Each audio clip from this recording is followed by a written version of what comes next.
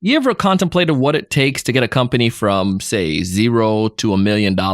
Or let's say from, 150 people to 1,500 individuals? I'm sure it takes processes, it takes plan, it takes the right people, it takes good tools, it takes effort.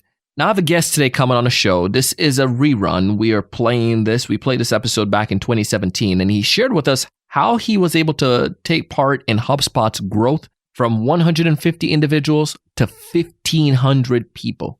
You're going to love this stuff.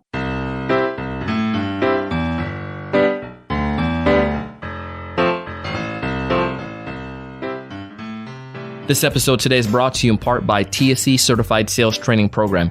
If you are a sales rep or you have a sales team and you're trying to figure out ways that you can help your team improve their skills, check out TSE Certified Sales Training Program. The first 2 modules are absolutely free, and it would be an honor to have you join. This episode is also brought to you in part by Audible. Take advantage of a 30-day free trial and also a free book of your choice. Simply go to audibletrial.com/TSE. Again, audibletrial.com/TSE.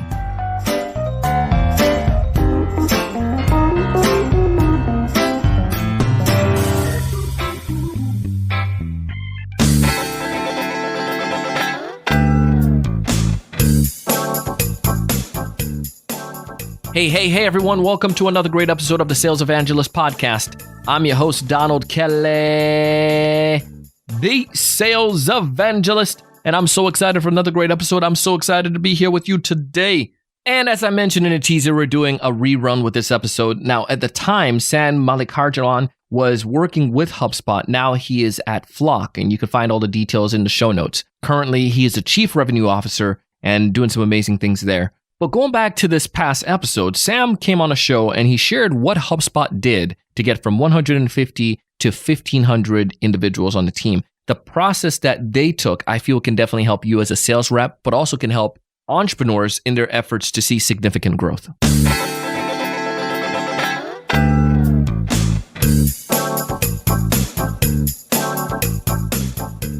Welcome to the show, Sam.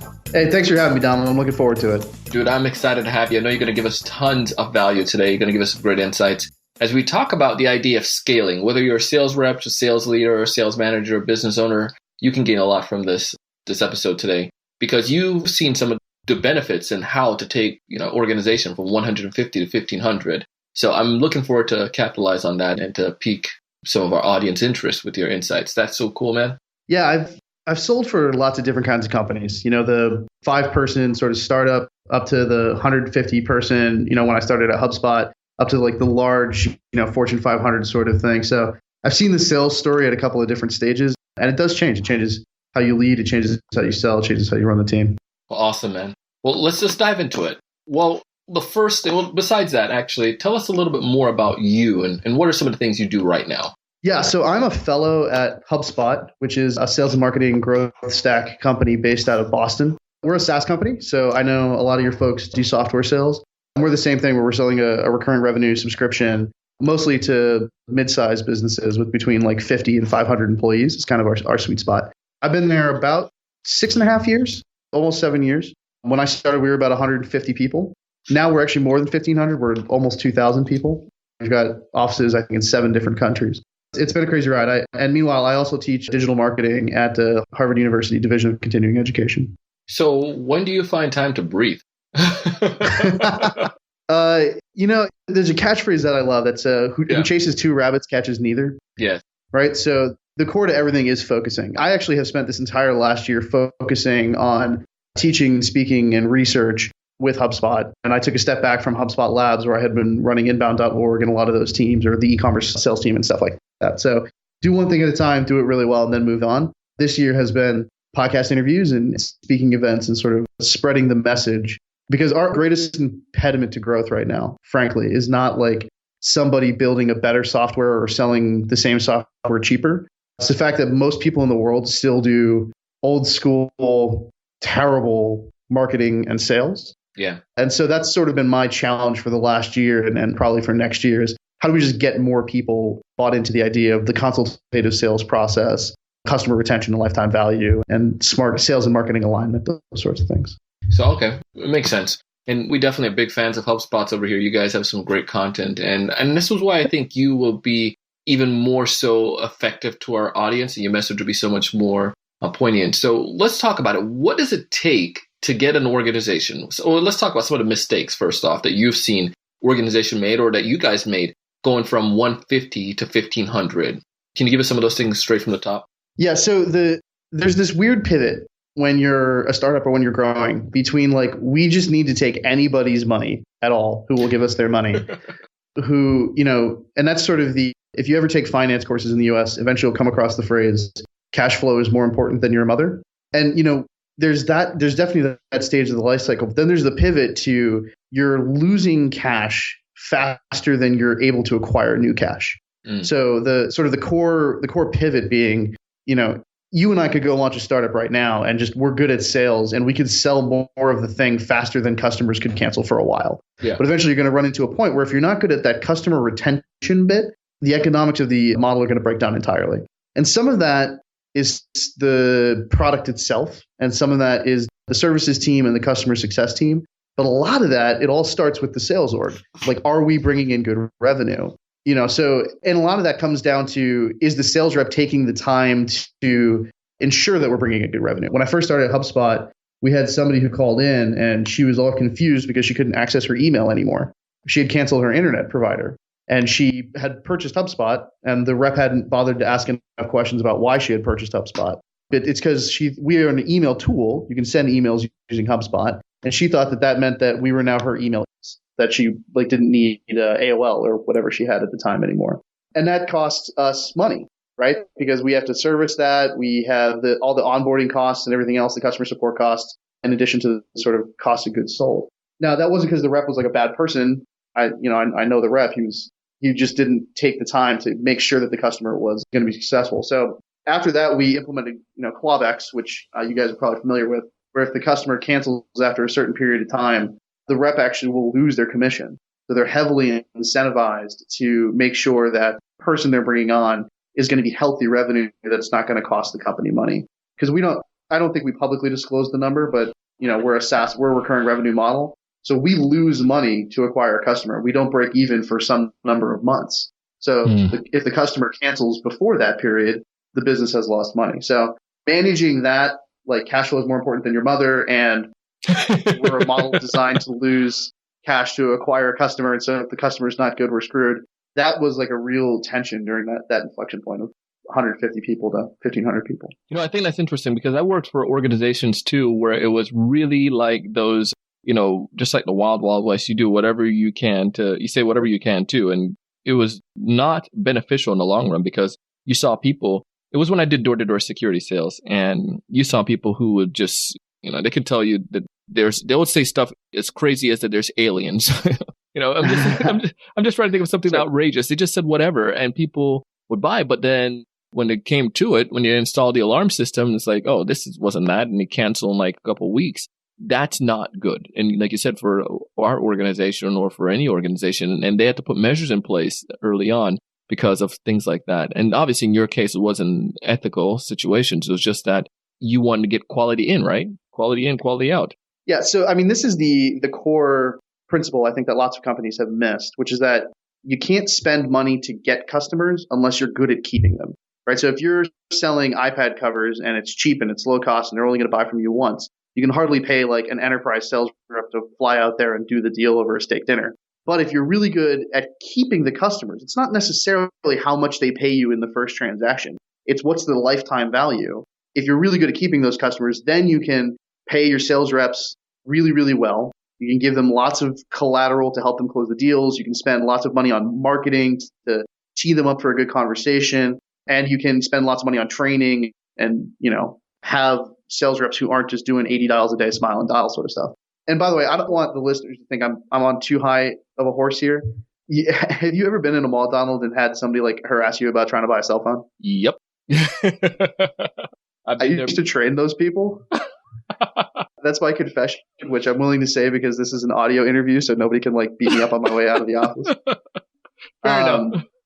But that was the process we had, right? Fun fact, I can do the T-Mobile sales pitch in Spanish, and I don't even speak Spanish. No. Yeah, totally. Señor, verga, un minuto, ¿con quién es su teléfono celular? Like, ¿cuánto paga mesa? Like, I can run through that whole process because I didn't care. I was asking questions, but it didn't matter what the person was going to say back to me because I was going to ask the next question in my sequence, and one of two things was going to happen. They were either going to sign on the dotted line and walk away with a phone, or they were going to walk away from my kiosk, and I didn't care. And that was the old school mentality thinking. And you're right, to your point, we had a more than 50% cancellation rate of the phones that were coming out of our kiosks, but we never missed quota, right? Like I got big bonuses and everything for my teams because we never missed quota, even though T-Mobile actually ended up shutting down that entire unit, retraining everybody because it was costing the company so much money in support costs, lost device costs, refunds, and everything else. Like obviously T-Mobile is a subscription model as well. They were designed to lose a little bit of money in order to acquire a customer. So, and I talk as much about marketing now as I do about sales.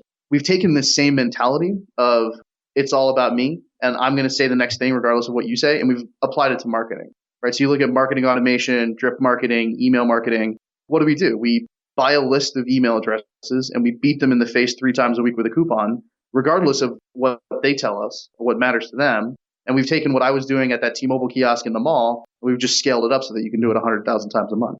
And that's a sad part, right? I was just chatting with a gentleman, and we spoke about this philosophy that I've learned over the years. It's called the Platinum Rule. Are you familiar with it? Ever heard of it? So the Platinum Rule comes with a few different people. There's like the management Platinum Rule, which is like manage unto others as you would have them manage unto you, and a few other ones. So what's this one? So this one, that's a good one. The one that I've subscribed to is one of my leaders taught me this a while back was treat others the way that they would like to be treated. Yeah. So like, because golden rule is, treat others the way I would like to be treated. Well, if I like to get those, coupon emails, then, let me give everybody that. Or if I think this is a way to do it, then let's do it that way. But it's not the case. We're all different and that we're all unique. And that's the cool part about it. And people like to be personalized. And I think that's one of the powers that you guys have at HubSpot is that a way that you can create those personalized situations and to give value to people from the very top.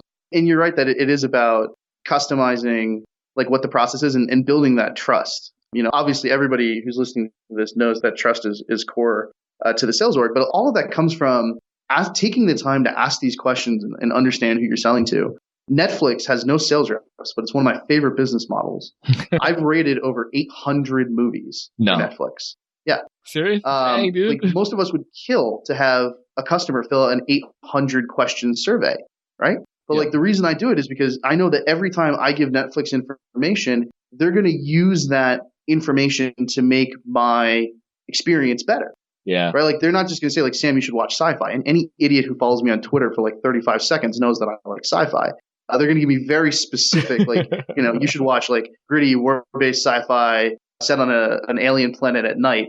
Sort of, it was a great movie, by the way, kind of advice. And the same thing comes with sales. Like when we're talking about the consultative sales process or the inbound sales process, where people are downloading content or they're asking questions or they're answering questions rather than the traditional sort of qualifying process where, okay, I've earned the meeting and now I'm going to ask my qualifying question.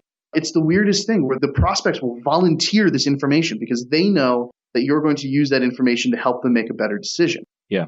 My favorite quote on this is from Jeff Bezos at Amazon. By the way, Amazon makes $258,000 a minute, every minute of every day. Sheesh. Just give me 5%. That's fine. Yeah, right? But so when Bezos first added negative reviews to the Amazon website, he got a letter from his investors saying like, listen, Jeff, we know you think this internet thing is going to be big and all, but you obviously don't know how to run a business. You make money when you sell things. Why would you do anything to discourage people from buying? And Bezos thought to himself, that doesn't sound quite right. We don't make money when we sell things. We make money when we help people make purchase decisions. Yeah. And I think that's something we get lost in sales sometimes is we're trying to get people to make the decision we want them to make rather than coach them to the decision that's actually going to be best for them. You'd be amazed how powerful it is sometimes to not sell to somebody and then to have them, because you can't figure out what the fit is, you can't figure out what the value proposition is. And then a lot of times they'll either go and figure out themselves because you've built that trust. They'll be like, actually, I really could use this in this specific way now that we've talked about it. Or they'll come back sometime in the future and buy from you then. So not only do you have to solve for that retention piece, like you're putting good inputs into the business model and you're not costing the company money, but you actually do close people at a higher rate if you follow that sort of question and answer based consultative sales process where you're focusing on helping them before you do the demo, before you talk about pricing and everything else like that.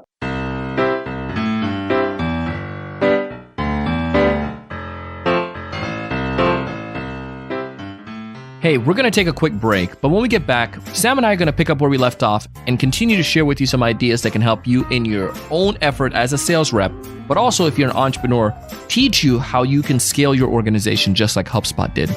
You're listening to the Sales Evangelist podcast, and I'm your host, Donald Kelly, the Sales Evangelist.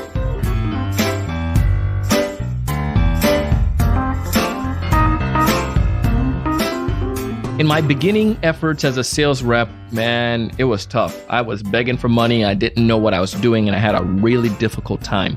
The company I was working with, well, they were smart enough to put me through some sales training, and then I saw a hockey stick in my performance.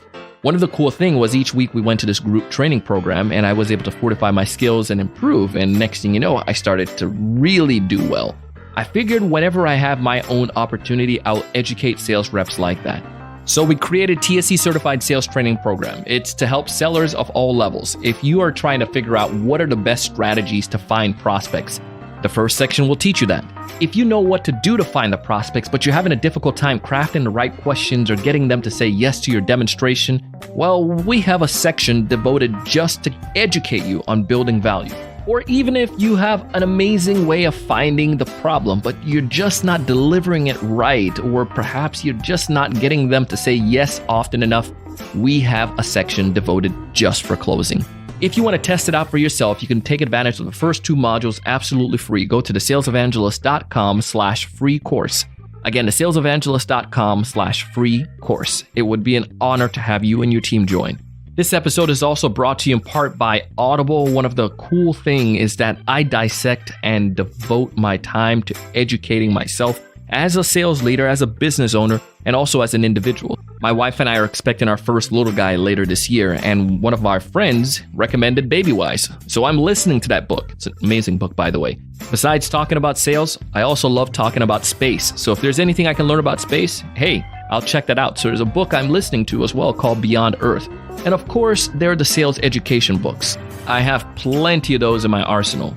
One of them I recommend you check out is Bob Burg's book, The Go-Giver. Now, you could take advantage of Audible. They are giving the TSE audience a free book of your choice. You can choose one of those or one of your own, absolutely free. And then they'll give you 30-day access to Audible. You can't beat that offer. I would recommend you go check it out. Go back to the show notes or simply go to audibletrial.com/TSE. Again, audibletrial.com/TSE. You're going to go on a whole new adventure now. Good stuff.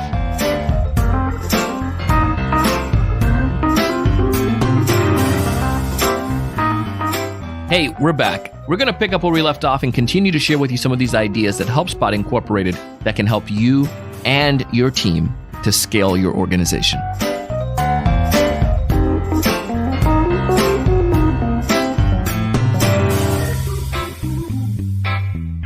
You know, the cool thing about that too is, like I've seen this from a sales rep standpoint, is that in the past, confession here, I always thought if I talk the most, I will leave with the most. But it was total opposite. It's when I talk the least, but I ask the most questions. If I ask meaningful questions to you, you're going to, like you said, you're going to reveal everything to me. You're going to tell me what you want and how to sell to you. And all I have to do, not be stupid and just give you what you said. So I'll tell you a funny story on that. When I first started at HubSpot, I told my boss that I was going to do my calls from a cigar lounge, because if a cigar is the perfect conversation measurement, because if it goes out, it means you're talking too much and you're not listening enough. Huh. And she rolled her eyes at me and said, do whatever you want. And so I did my calls from a cigar lounge. But it works, right? Like if my cigar goes out, same thing on a podcast. Like a lot of times I'll do podcasts from cigar lounges, because if it goes out, I'm talking too much. I'm not listening enough. Well, dude, I like that. I think I don't smoke, but I probably can get to a cigar lounge and still test that. So no, but there's so many good nuggets here that I'm thinking that sellers can take and sales leaders alike can apply. What are some of the things that you have learned from being in an organization as successful as HubSpot to, grow an organization? Let's talk about like morale. How do you get a team to continuously stay hungry? Like, what are some of the things that HubSpot did to help make that happen? Part of it is, especially people these days, like, yeah, they want money. They care about money. They want to hit the quota. They want to be the best That's what drives them. But if you want to avoid burnout, if you want to have the reps who are there for 5, 6, 7, 8, 9 years or longer, there has to be some of that. They feel like they're doing good, right? So including them in the customer success process, giving them shout outs in the account management process for the expectations that they set.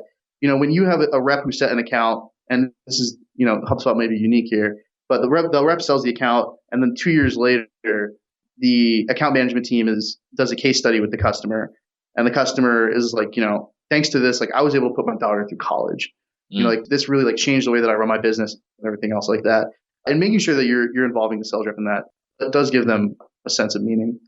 And then also like focusing on getting past that always be closing mentality. Oh boy. So I, like the Glenn Ross, put that coffee down, ABC, always be closing. That I taught that. Don't get me wrong. I taught that to my team, but we did a big cross-sectional correlation analysis a while ago where we had sales managers rate their reps on specific dimensions. A bunch of them were conventional, like closing ability, overcoming objections, ability to develop rapport, and things like that. And then some of them were a little bit different, like previous domain experience, adaptability, preparation, things like that. What we actually found was that everything we thought was a conventional sales advantage, closing ability, overcoming objections, building rapport, etc., actually had an inverse correlation to quota attainment. So they may make their quota like in the first 3 to 6 months as they sort of like blow out the pipeline, but long term they are less likely to hit quota long term than if they are a good closer than if they're actually just mediocre at everything. If they just score mediocre at everything, they're more likely to hit quota long term. The thing that had the highest correlation was previous domain experience. And it's one of the reasons that we tend to hire people who have, as sales reps, who have a background in marketing, because, we're marketers marketing to marketers about marketing. And so having sales reps who can say to themselves, like, yeah, I've been in your situation. Like, I remember dealing with the exact stuff that you're dealing with right now, and having them go through that empathy-based sales process. Not only are they way more likely to hit quota long term, but they're also more likely to stick around, right? It's an interesting challenge for them. I'll tell you one more story on this. Yeah, but there was a famous psychology study, I want to say in the 60s, called the candle problem. Are you familiar with the candle problem? Is it a candle, the matchbox? Yeah, exactly. Yeah. So Dan Pink talks about it. I didn't hear anything about it. Let's pretend I never heard anything about it. Okay. No, yeah. So I'll explain it. But like, so you put somebody in a room and you give them a candle and a book of matches and a box of tacks, and they have the objective of fixing the candle to the wall in a way so that when it's lit, no wax drops on the table. And people try different things. They try like melting the candle to the wall and everything else like that, and nothing really works. The correct solution being dump out the box of tacks, tack the box to the wall, and put the candle in the wall. The interesting thing being that if you give people money, right? If you give them a time incentive, if you make them excited in any way, you fire up the parts of their brain that increase what we call functional fixedness. So a box of tacks is a box designed to hold tacks. It's not designed to do anything else. Yes. Right? Yeah. Rather than if you just let them do it sort of freely. And so like in the BDR situation and stuff where we're just asking them to do something very, very simple, which is do 80 calls a day, do your prospecting, set the appointment. Like we just need to set appointments. That's fine.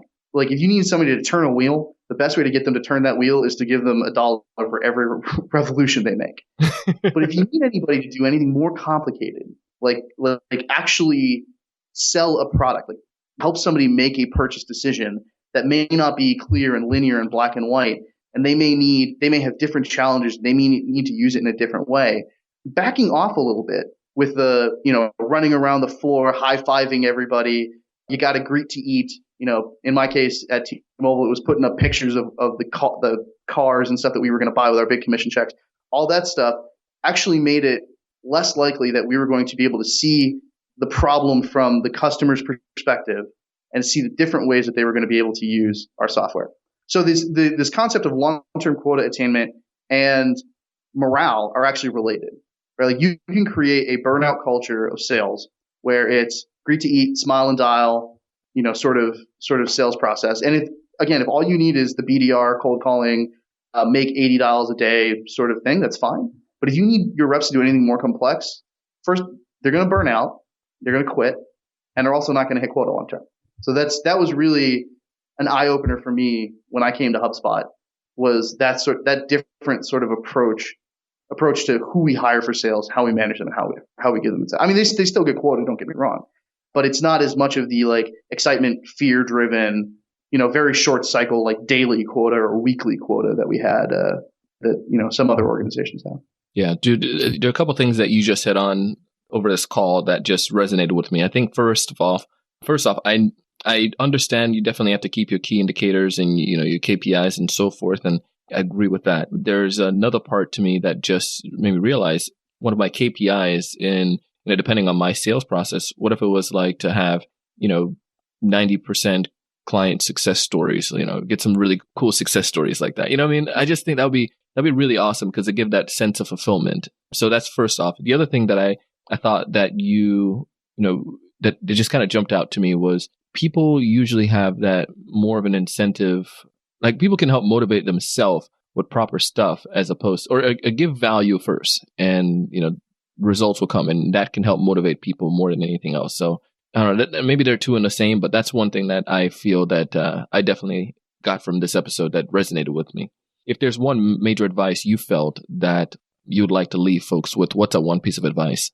I mean, the hardest thing to do is to convince people to try it and to give it a fair shake. A quote that's haunted me forever was, when what you're doing isn't working, you tend to do more of the same with greater intensity. And it's absolutely true. It's true for myself as well. And I see it in sales orgs all the time. People don't tend to be driven to change unless there's an impetus to change, which is usually when things are going poorly. And at the same time, when things are going poorly, we have this incentive of, okay, all I need to do is get into the office earlier, make more dials, etc. And I know that it's hard to believe that if you shift that conversation, you slow down your sales cycle and you ask more questions and you give more answers, you focus on helping. If you slow that down, you may actually take like a short-term cash flow hit, but your long-term growth in business is going to be higher because your quota attainment is going to be higher long-term. But then also, again, that bit of if you're good at keeping customers, you can spend more money to get customers. You can pay your sales reps enough that they're not constantly driven by fear and they have that functional fixedness from the candle. You can invest in training, you can invest in collateral and that inbound marketing experience. That is weird, man. It's weird. Like when I'm used to people throwing stuff at me, right, in the mall, like they just hated me. And then I come to HubSpot, I hop on sales calls and everybody's like, hey guys, HubSpot's on the phone. And they get their team together in the conference room and they start talking to us, telling us all of their problems, telling us the truth behind what they're struggling with. I'm not going to tell you it's an easy transition to make, but it's a very rewarding transition. And it is the key in the modern era with the surplus of information that consumers have. It is the key to being that decision-making coach and helping them make decisions and growing a business. Phenomenal stuff, dude. Absolutely love it. Man, well, if folks want to get in touch with you, besides going to HubSpot, where's the best place for them to connect with you as an individual? Yeah, so I decided a long time ago that unless I legally change my name to Sam from HubSpot, I'm going to keep Sam Mallikarjunan. So if you can spell Mallikarjunan, that is my website, Twitter, LinkedIn, everything else, mallikarjunan.com. You can also go to samfromthevan.com because my wife and I are currently on a road trip where we're hitting a bunch of speaking events around the country. So you can follow some of our adventures at samfromthevan.com, or you can reach out to me and fill out my form at mallikarjunan.com. We'd love that. We'll go ahead and put that stuff in our show notes so folks can get access to you. And by the way, I don't think I'm going to let my wife listen to this episode because she's totally all about that van experience. She wants to get an RV so bad. She's like, come on, man, let's just get the RV before we get some kids and go drive around. And I'm like, darling. It's totally worth it. It's totally worth it. I was in the Yukon territory of Canada and I found a place to do podcasts from. What? So, yeah, man, White Horse in the Yukon territory of Canada. They had a nice co-working space and I was able to do a podcast from there. I've got big antennas on the thing. I could be 30 miles. I was in the middle of the Navajo desert doing a Facebook Live. No. So, it might not be as an impediment to your career as you might think it is. And your wife has a point, and this is the same conversation my wife and I had, which is let's do it before we have kids or before we retire, right? Which is most people, they wait till they retire, and then you can't do the hiking, scuba diving, and a lot of the stuff that you want to do. Yeah, well, what's good is it going to Yukon or to the Rocky Mountains if you can't go up there, right? You can't hike. Absolutely. My wife is very glad that I have a good life insurance policy because she has like an anxiety attack every time I start climbing the rocks. Well, dude, man, it's a pleasure meeting you and to have you on the show, man. This was awesome. So thank you so much for taking the time to come out with us and sharing some advice with our community today. Absolutely my pleasure. Thanks for having me.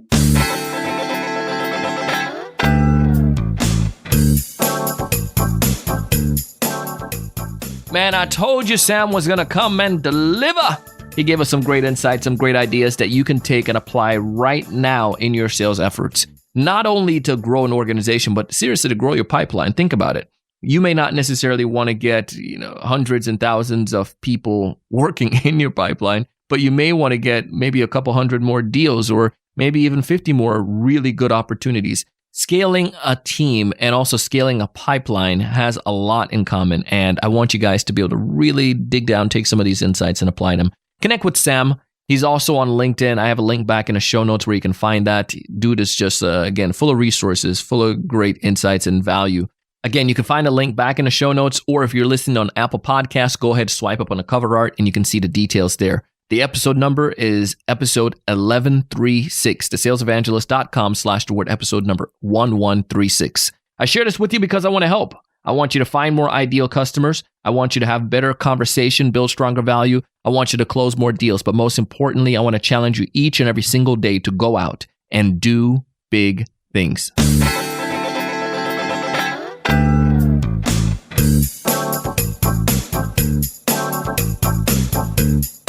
Hey, thank you so much for taking the time to listen to our episode today. I know you could be doing so many other things, but you took time to come here, and I appreciate that. If you haven't done so already, I ask that you go ahead and subscribe to the podcast. That way you can get notified whenever we have a new episode. You can also share it with your friends and family and anyone you know that could benefit from listening to an awesome sales show. And review on Apple Podcast or Google Podcast, Stitcher, Spotify, wherever you listen to find shows like this. It goes a long way when someone is searching for a podcast and they see that other people are loving it. Thank you so much. I appreciate you taking the time to do that. This episode today was produced by myself and the Sales Podcast Network. It was edited and mixed together by the one and only Jershan Obail. Our content writer and show note creator is Shannon Rasmussen. You can find audio credits to this and all of our episodes in the show notes. And as always, I am your host, your coach, your mentor, your guide down the sales journey, Mr. Donald C. Kelly, the Sales Evangelist.